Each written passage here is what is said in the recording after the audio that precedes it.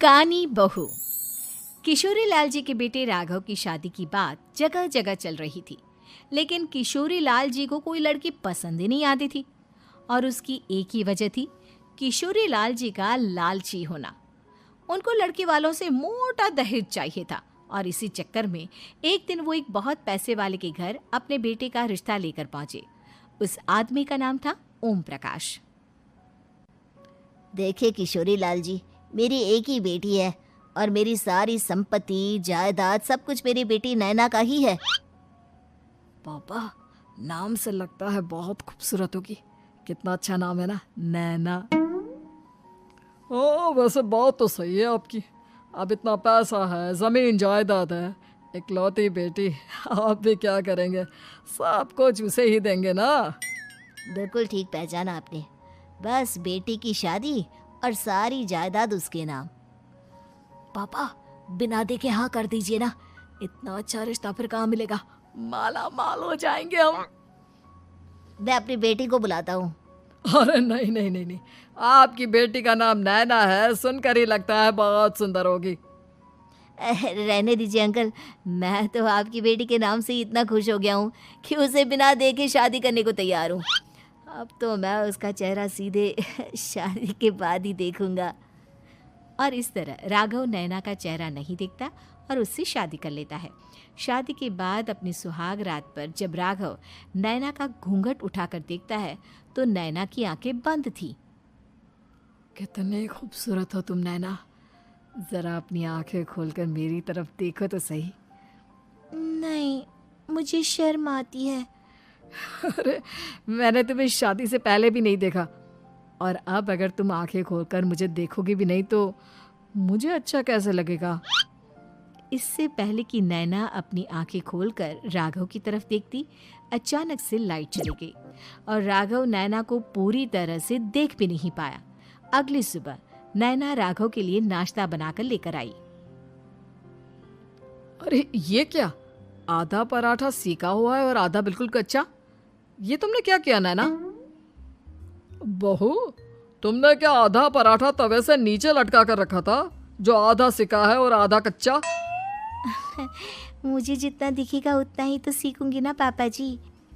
जहाँ जहाँ मुझे नजर आ रहा था वहाँ मैंने सीख लिया, जहाँ जहाँ नहीं दिखा वहाँ कच्चा रह गया होगा। इसका क्या मतलब है? ये कैसा मजाक कर रही है तुम? अरे बहू, तुमने इतना लंबा घूंघट क्यों लगाया हुआ है? देखो, हमारे घर में बहुओं को बेटी की तरह रखा जाता है, और फिर तुम तो इतना सारा माल लेकर आई हो। देखो, ये घूंघट डालकर रखने की कोई ज़रूरत नहीं है।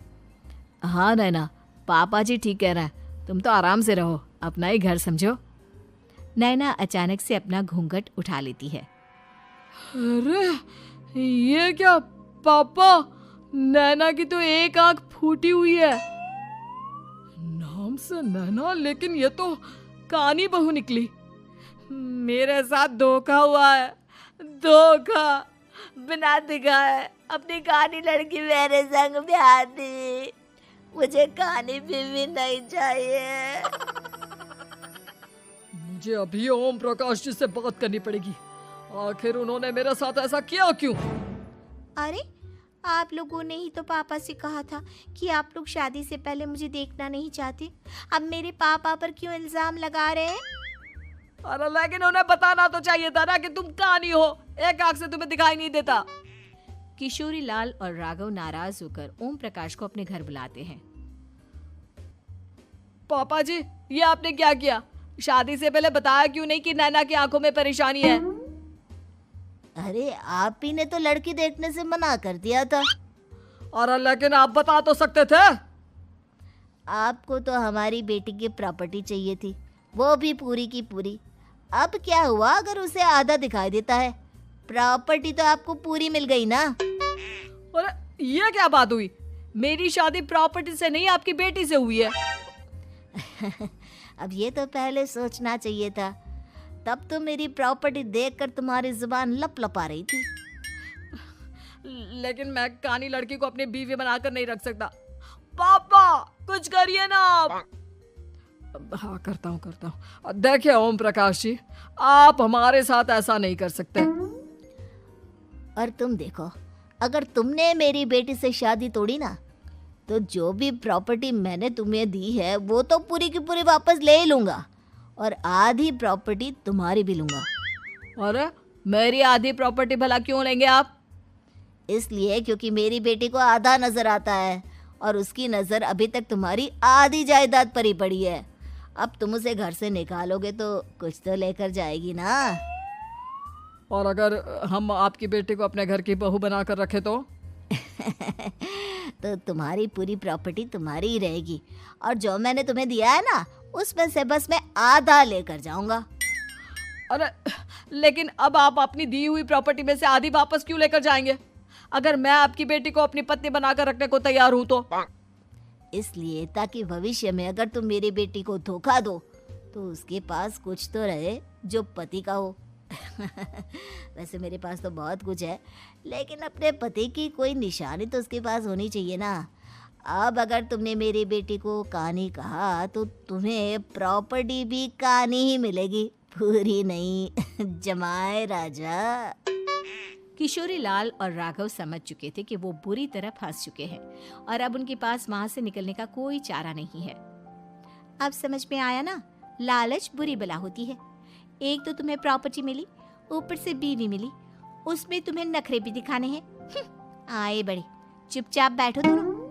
कुछ दिनों के बाद नैना राघव की कार लेकर बाजार घूमने निकलती है और जब कार लेकर वापस आती है, ये क्या? एक तरफ से मेरी गाड़ी पूरी खराब हो चुकी है। लगता है तुमने मेरी गाड़ी को किसी दूसरी गाड़ी के साथ एक्सीडेंट किया है। अरे अरे कितना बड़ा नुकसान कर दिया तुमने बहू। वो क्या है ना पापा जी, मुझे एक आंख से दिखाई नहीं दे रहा था, सामने से गाड़ी आ रही थी।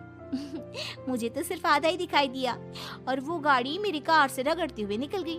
अब मैं क्या करूं बताओ? आप इसे ठीक कराने के पैसे कौन देगा? तुम्हारे पापा? तुमने मुझसे इस तरह से बात की? अभी रुको। नैना राघव की शिकायत ओम प्रकाश को कर देती है। देखो राघव, अब जो मेरी आधी प्रॉपर्टी तुम्हारे पास थी ना, उसमें से आधी और मैं लेकर जाऊंगा, क्योंकि तुमने मेरी बेटी को डांटा। अरे नहीं नहीं पापा जी, गलती हो गई, माफ कर दो। गलती की तो कोई गुंजाइश ही नहीं। अगली बार मेरी बेटी को डांटा तो बची हुई आधी में से आधी और ले जाऊंगा। लालच के चक्कर में हम दोनों ने बहुत बड़ी गलती कर दी बेटा। एक तो तुम्हें कानी बहू मिली और ऊपर से जो माल मिला वो भी काना। इस तरह राघव की हर एक गलती पर ओम प्रकाश उसकी प्रॉपर्टी का आधा आधा हिस्सा लेकर अपना सारा माल वापस ले गया और राघव को कानी बीवी से काम चलाना पड़ा।